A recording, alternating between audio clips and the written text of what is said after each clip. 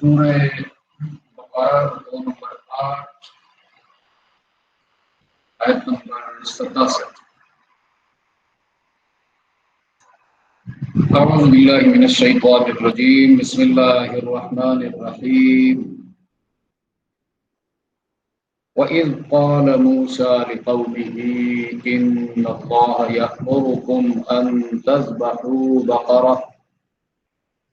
قَالُوا أَتَتَّخِذُنَا هُزُوًا قَالَ أَعُوذُ بِاللَّهِ أَنْ أَكُونَ مِنَ الْجَاهِلِينَ قَالُوا ادْعُ لَنَا رَبَّكَ يُبَيِّن لَّنَا مَا هِيَ قال إنه يقول إنها بقرة لا فارض ولا بكر عوان بين ذلك فافعلوا ما تؤمرون قالوا ادع لنا ربك يبين لنا ما لونها قال إنه يقول إنها بقرة صفراء فاقع لونها تسر الناظرين قالوا ادع لنا ربك يبين لنا ما هي إن البقرة تشابه علينا وإنا إن شاء الله لمهتدون قال إنه يقول إنها بقرة لا ذلول تثير الأرض ولا تسقي الحرث مسلمة لا شية فيها قالوا الآن جئت بالحق فذبحوها وما كادوا يفعلون صدق الله العظيم۔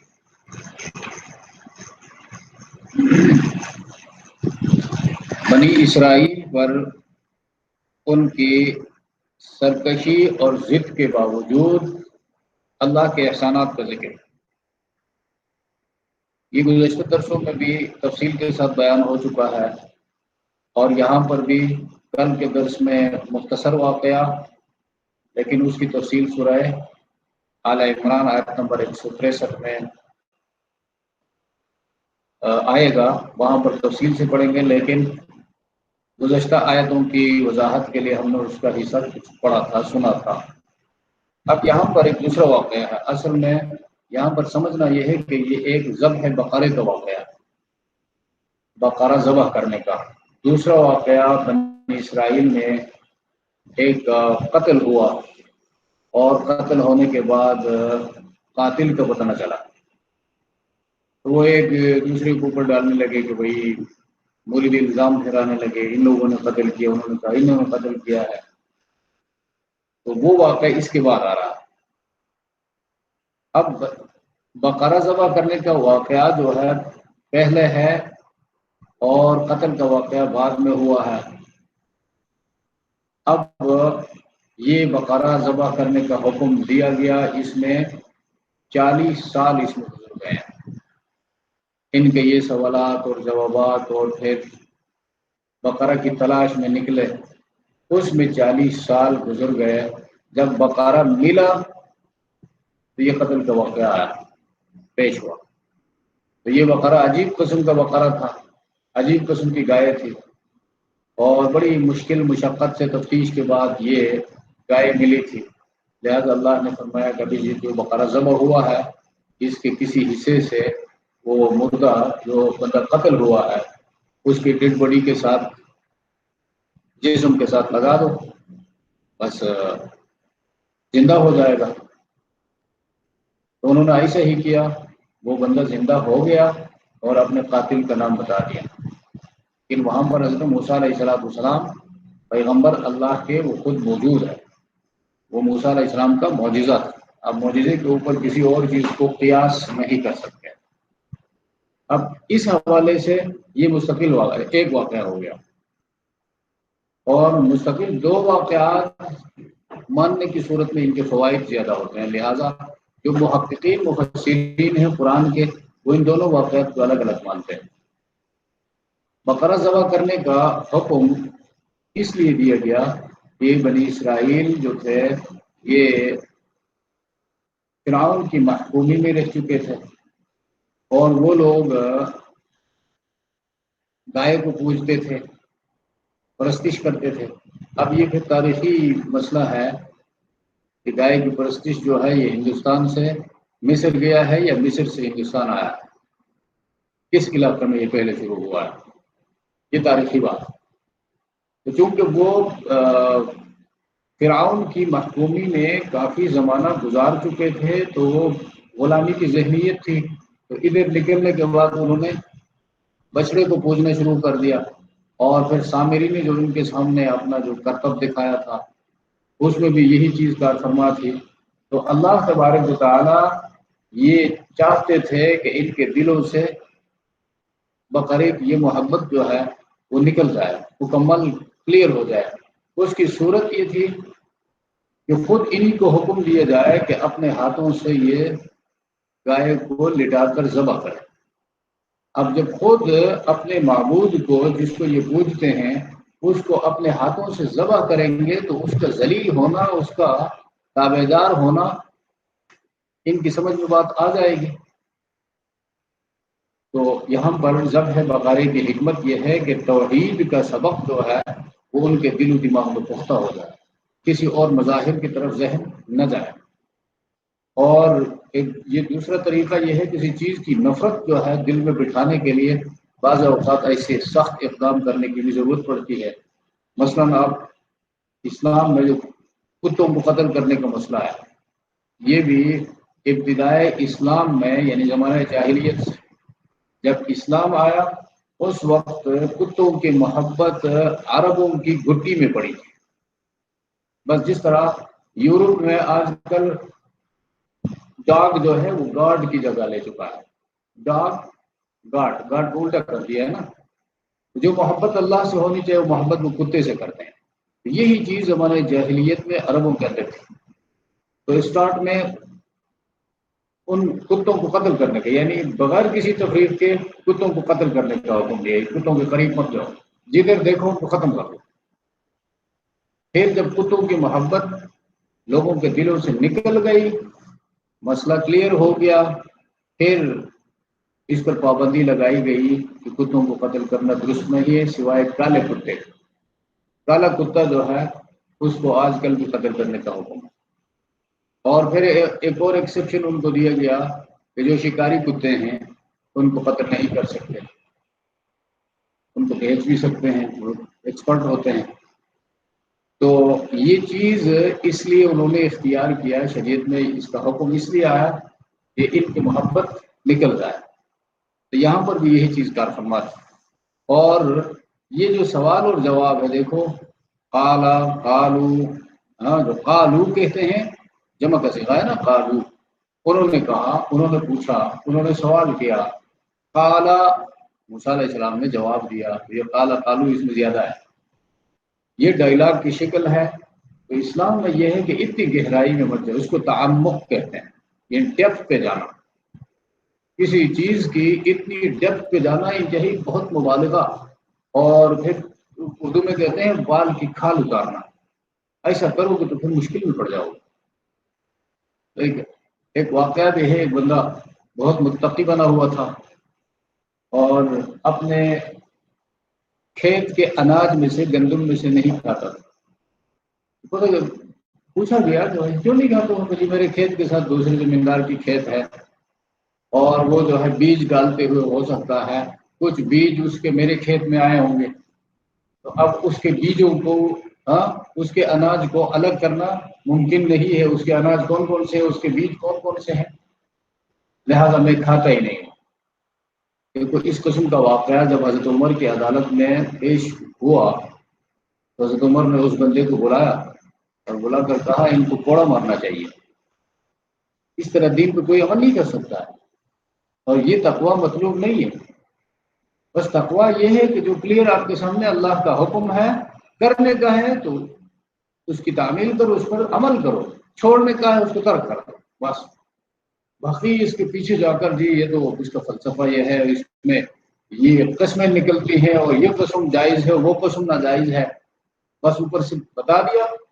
سود حرام ہے، تو جو سود کی ڈیفینیشن ہے اس کے آپ واقف ہیں یا اس کے جو ایکسپرٹ ہے عالم دین اس نے آپ کو بتا دیا کہ بھائی یہ چیز حرام ہے، بس اسے رک جاؤ۔ تو یہاں پر اس واقعے سے یہ سبق ملتا ہے کہ یہ لوگ، حدیث میں یہ آتا ہے، صحیح مسلم کی حدیث میں نبی علیہ الصلوۃ والسلام فرماتے ہیں اگر ان کو کہتے ہی کہ ایک بقرہ ذبح کرو، کوئی سا بقرہ، کوئی سی گائے، یہ کہیں سے بھی لے کر ذبح کر لیتے، بس حکم پر عمل ہو جاتا۔ لیکن انہوں نے کہا کہ جی اس کی عمر کتنی ہو، چھوٹی ہو بڑی ہو، اس کی رنگ کیسی ہو، اور رنگ بھی بعض تیز رنگ ہوتے ہیں، بعض ہلکے پھیکے رنگ ہوتے ہیں، ہاں، اور یہ سارے سوالات اس میں انہوں نے کیے۔ تو جو وہ پوچھتے گئے، چیک جو ہے ان پر پابندیاں لگتی گئی۔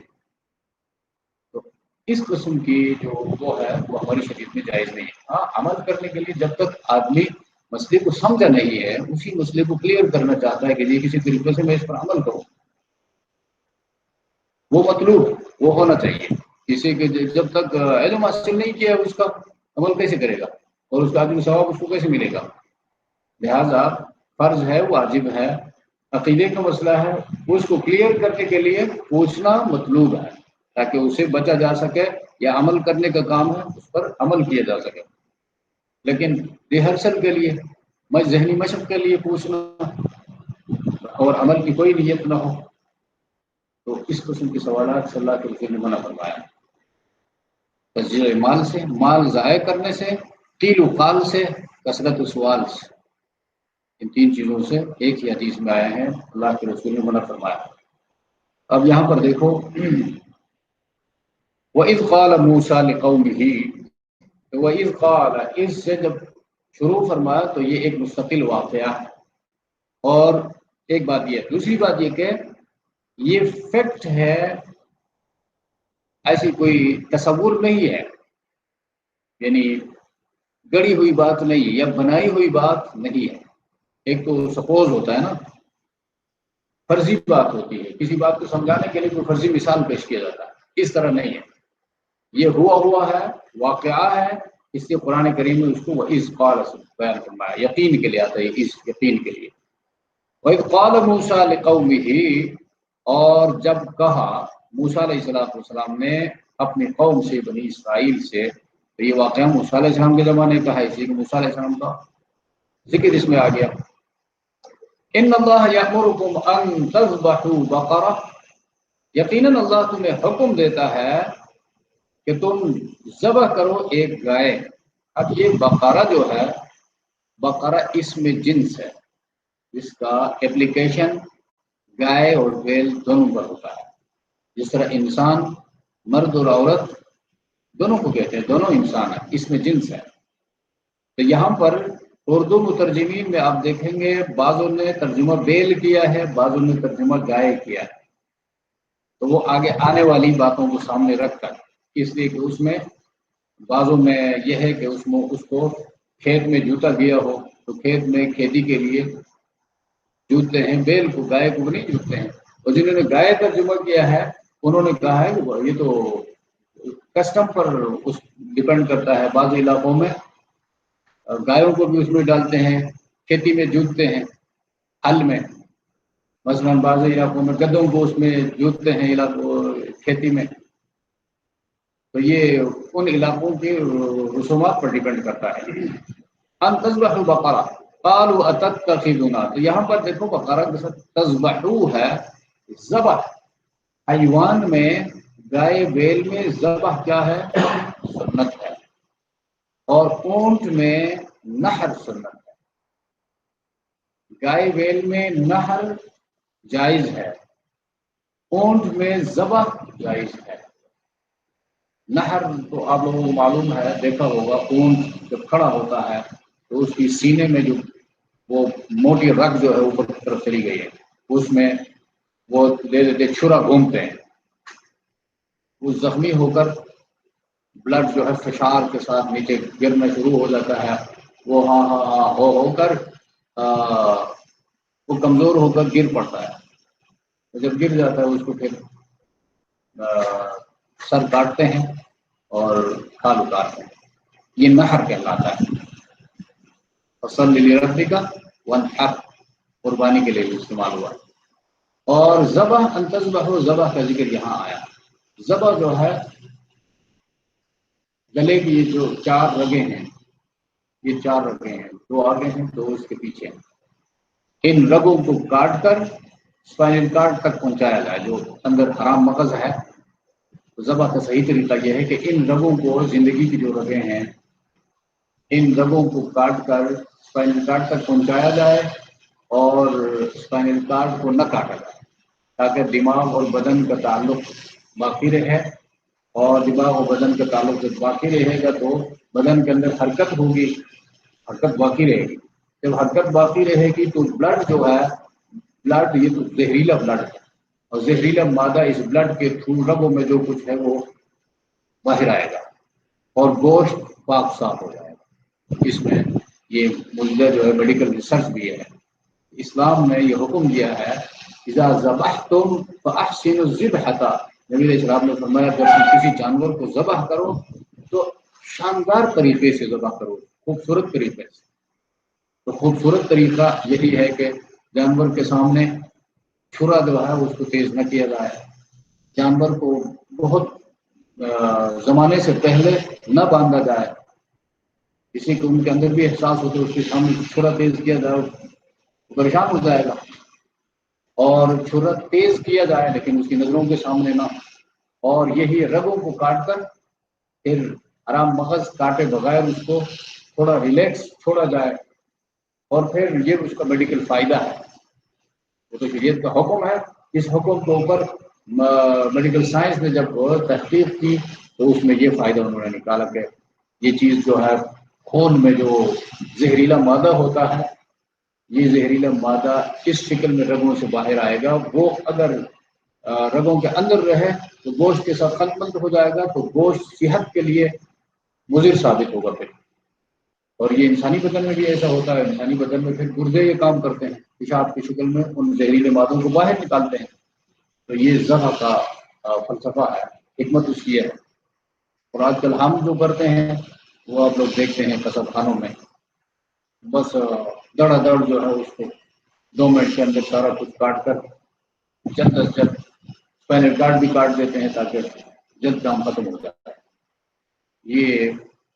اس جانور کے ساتھ ظلم کرنا ہے۔ اچھا، تو ذبح اور نحر کے حوالے سے بات ہے، تو بیل اور گائے میں ذبح سنت ہے، اگر بیل اور گائے کو نحر کیا جائے، اس کی رگ کو چھرا گھوم کر جو ہے یا خنجر گھوم کر چھوڑا جائے تاکہ خون بہتر ہے وہ گر جائے، تو یہ جائز ہے اور سنت نہیں ہے۔ اونٹ میں پھر ذبح جائز ہے، سنت نہیں، سنت نحر ہے۔ اچھا، قالوا اتتخذنا ہزوا، انہوں نے کہا اتتخذو، کیا تو بناتا ہے، کرتا ہے ہمارے ساتھ ہزوا، مذاق، مسخرہ، کیا تو ہمارے ساتھ مذاق کرتا ہے؟ قال اعوذ باللہ ان اکون من الجاہلین، موسیٰ علیہ السلام نے فرمایا میں اللہ کی پناہ میں آتا ہوں، اعوذ باللہ، اللہ کی پناہ میں آتا ہوں، ان اکون، اس بات سے کہ میں ہو جاؤں، من الجاہلین، جاہلوں میں سے۔ اب ایک جاہل اردو کا لفظ ہے، اردو کا یہاں مراد نہیں ہوتا ہے، جاہل جو ہے ہر وہ بندہ جو اپنی عاقبت کو نہ جانتا ہو، میں کس طرف جا رہا ہوں، میری زندگی کا نتیجہ کیا ہونے والا ہے، اس کو نہیں جانتا ہے، وہ جاہل ہے۔ جس کام کو جس طریقے سے کرنا چاہیے اس طریقے سے نہیں کرتا ہے، وہ بھی جاہل ہے۔ اور تیسرا، انسانی نفس کا، انسانی دل و دماغ کا علم سے خالی ہونا، یہ بھی جہالت ہے۔ اور یہ تینوں باتیں پیغمبر کے مناسب نہیں ہیں، اس لیے کہ پیغمبر اپنے زمانے کا سب سے بڑا عالم ہوتا ہے، اس لیے کہ اس پر وحی نازل ہوتی ہے، اس پر ڈائریکٹ رابطہ اللہ کے ساتھ ہوتا ہے اس حوالے سے، اور وہ جو کام کرتا ہے اس کے نتیجے سے وہ آگاہ ہوتا ہے، وہ اپنے عاقبت کو خوب سمجھتا ہے۔ تو فرمایا اعوذ باللہ، میں اللہ کی پناہ میں آتا ہوں، اس بات ہے کہ میں ہو جاؤں جاہلوں میں سے۔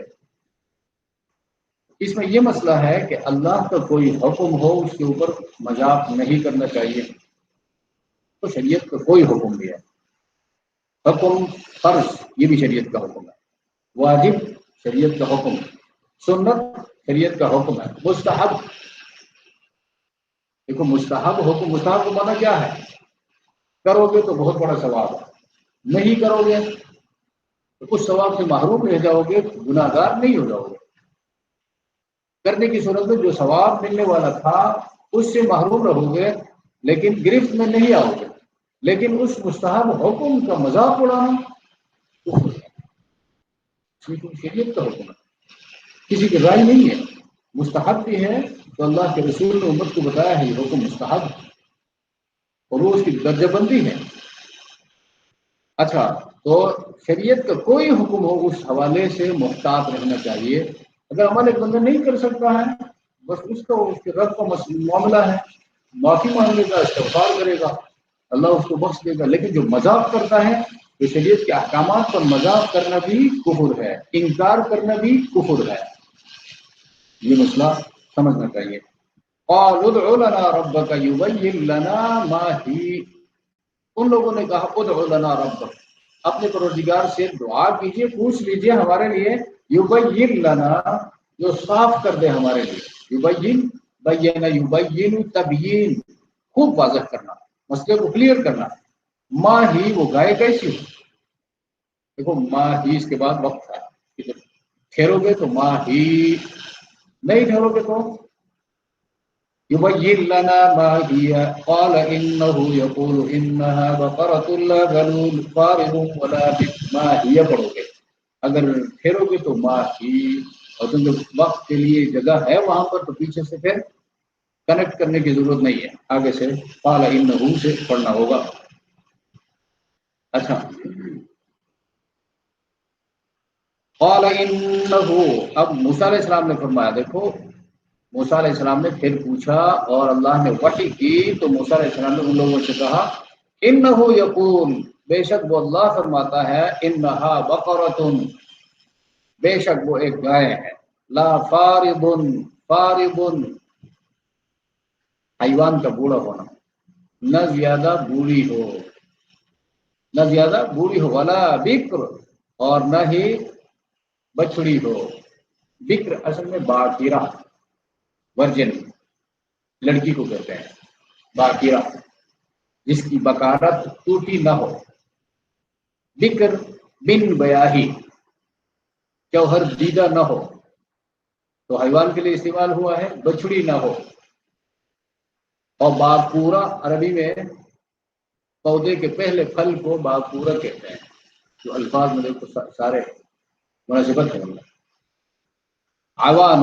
عوان درمیانی، عوان بین ذالک، ان کے درمیان، یہ فارض اور بکر کے درمیان، دیکھو کتنے سخت قید لگ گئی، ان کے درمیان ہو. فافعلوا، پس کرو ما تؤمرون، جو حکم تمہیں دیا جاتا ہے، حکم پر عمل کرو. قالوا ادع لنا، انہوں نے پھر سوال کیا، دعا کیجیے ہمارے لیے اے موسیٰ اپنے پروردگار سے، یبین لنا ما لونھا، صاف بتائے وہ ہمیں اس کا رنگ کیسا ہو. رنگ کیسا ہو، لون رنگ کو کہتے ہیں. اور ہا، یہ پروناؤن جو ہے یہ بقرے کی طرف راجع ہے، بقرہ مؤنث ہے تو ہا ضمیر مؤنث، ہو اس کے بجائے مذکر ہے. قال انه یقول، موسیٰ علیہ السلام نے فرمایا اللہ فرماتا ہے، انها بقرۃ، بے شک وہ ایک گائے ہے، صفراء، زرد، پیلی رنگ کا. اب نظر لگاؤ، پیلی رنگ کی گائے ہو،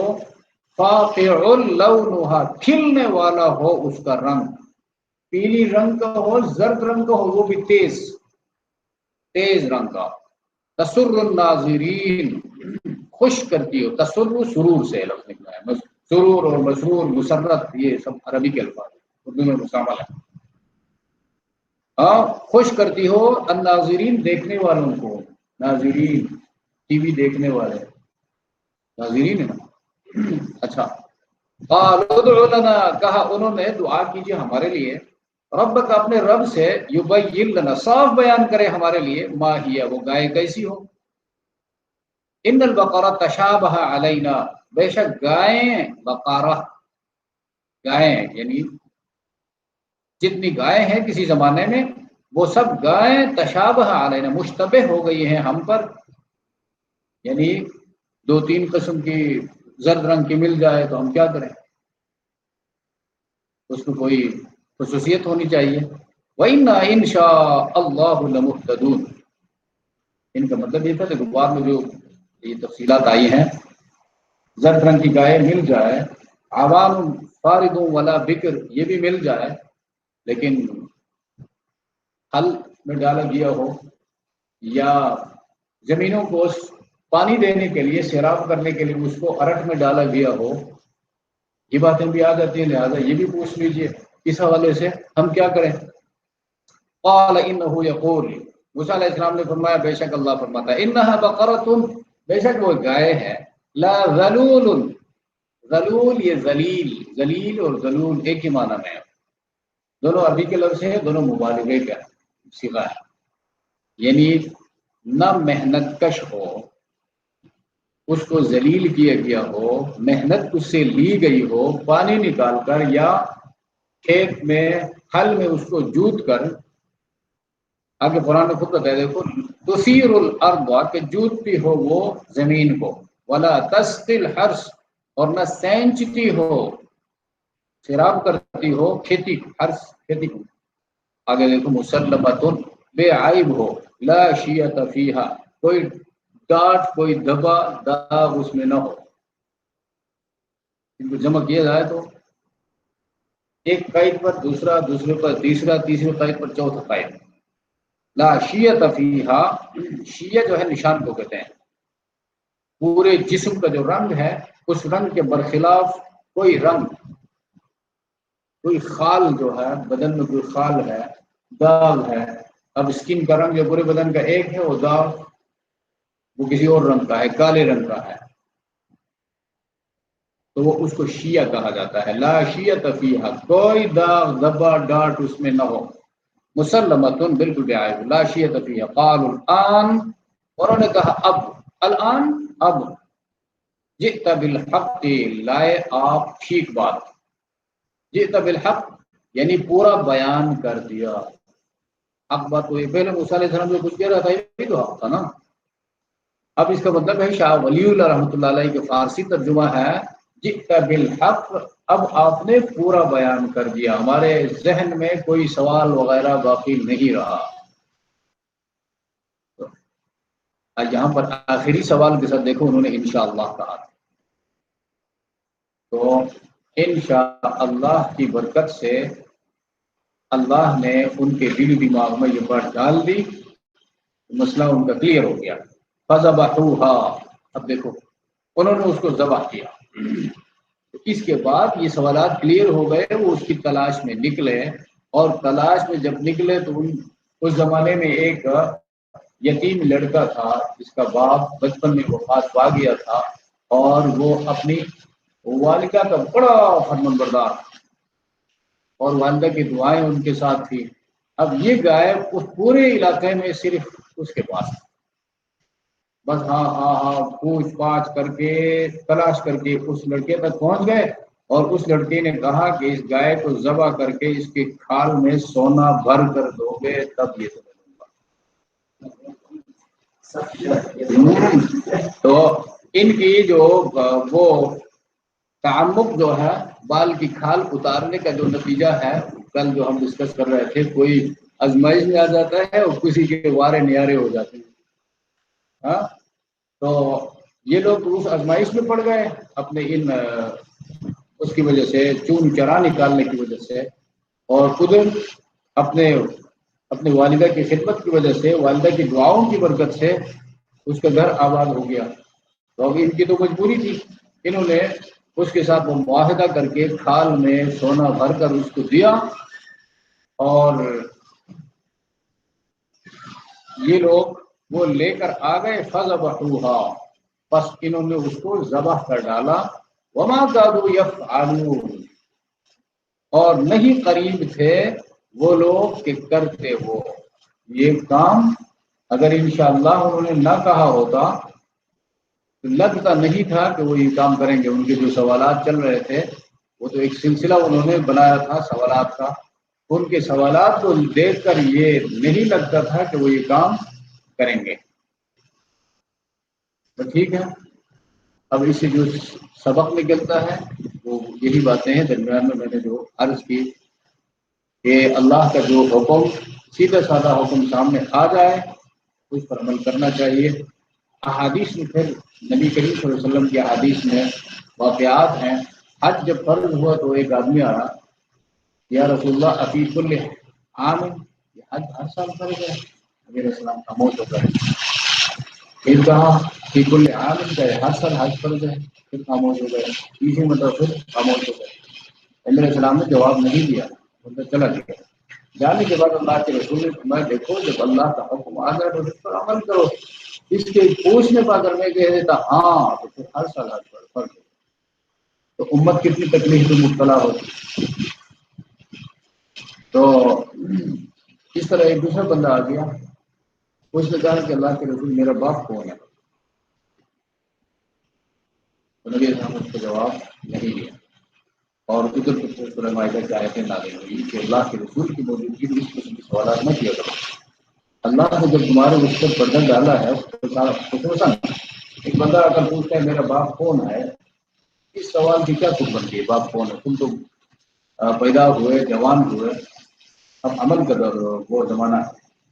خدا نہ خاصہ تمہارا بایولوجیکل فادر کوئی اور ہو، ہاں، اور اللہ کے رسول جو ہے وہ وحی کی روشنی میں بولتا ہے، اللہ کو تو پتہ ہے کون ہے، وحی کی روشنی میں اگر وہ بتا دے کہ تمہارا اصل باپ جو ہے وہ تو فلاں ہے، تم پھر معاشرے میں زندہ رہ سکتے ہو، سروائیو کر سکتے ہو، لوگ تمہیں کس نظر سے کرتے ہیں؟ لہٰذا اس قسم کے سوالات جن کا نہ دنیا کے ساتھ کوئی تعلق ہے نہ آخرت کی تعمیر کے ساتھ کوئی تعلق ہے، ان سے اپنے آپ کو بچانا چاہیے۔ اس میں تو ایسے ریہرسل ہوتا ہے، یہ بعض لوگوں کی عادت ہوتی ہے، جی بس اس سے پوچھتے ہیں، اس سے پوچھتے ہیں، وہ کیا جواب دیتا ہے، یہ کیا جواب دیتا ہے۔ پہلے اپنے اعتماد کے عالم سے، جس کے علم پر آپ کا اعتماد ہو اور جس کی نیت پر، کردار پر آپ کا اعتماد ہو کہ بھئی یہ میری رہنمائی صحیح طریقے سے کرے گا، بس اس سے پوچھو، عمل کرو بس۔ اچھا، اور پھر اس طرح گہرائیوں میں جانے کی ضرورت نہیں ہے، اللہ کے احکامات کے ساتھ نہایت ادب کا معاملہ کرنا چاہیے، بندہ عمل نہ بھی کرتا ہو کسی وجہ سے، انسان کمزور ہے، مفادات ہوں گے، ان مفادات کی وجہ سے عمل نہیں کر سکتا، لیکن ان احکامات کی بے ادبی نہ کرے اور اللہ سے توفیق مانگتا رہے کہ اللہ مجھے اس پر عمل کرنے کے لیے حوصلہ ہمت عطا فرما۔ لیکن بے ادبی کرنا یہ پھر شریعت نے اس کی حالت کہا، اللہ کے حکم کے مقابلے میں اپنی رائے جو ہے اس طرح بیان کرنا کے لیے حکم کلیئر ہے اور بندہ اپنی تحقیق دیتا ہے کہ جی میری رائے یہ ہے، میری تحقیق یہ ہے۔ اچھا، اور کوئی مسئلہ؟ اور اس کے ساتھ ریلیونٹ بات والا جو واقعہ ہے وہ قتل تم نفسا فدارات، اس میں پھر فوائد ہیں، فوائد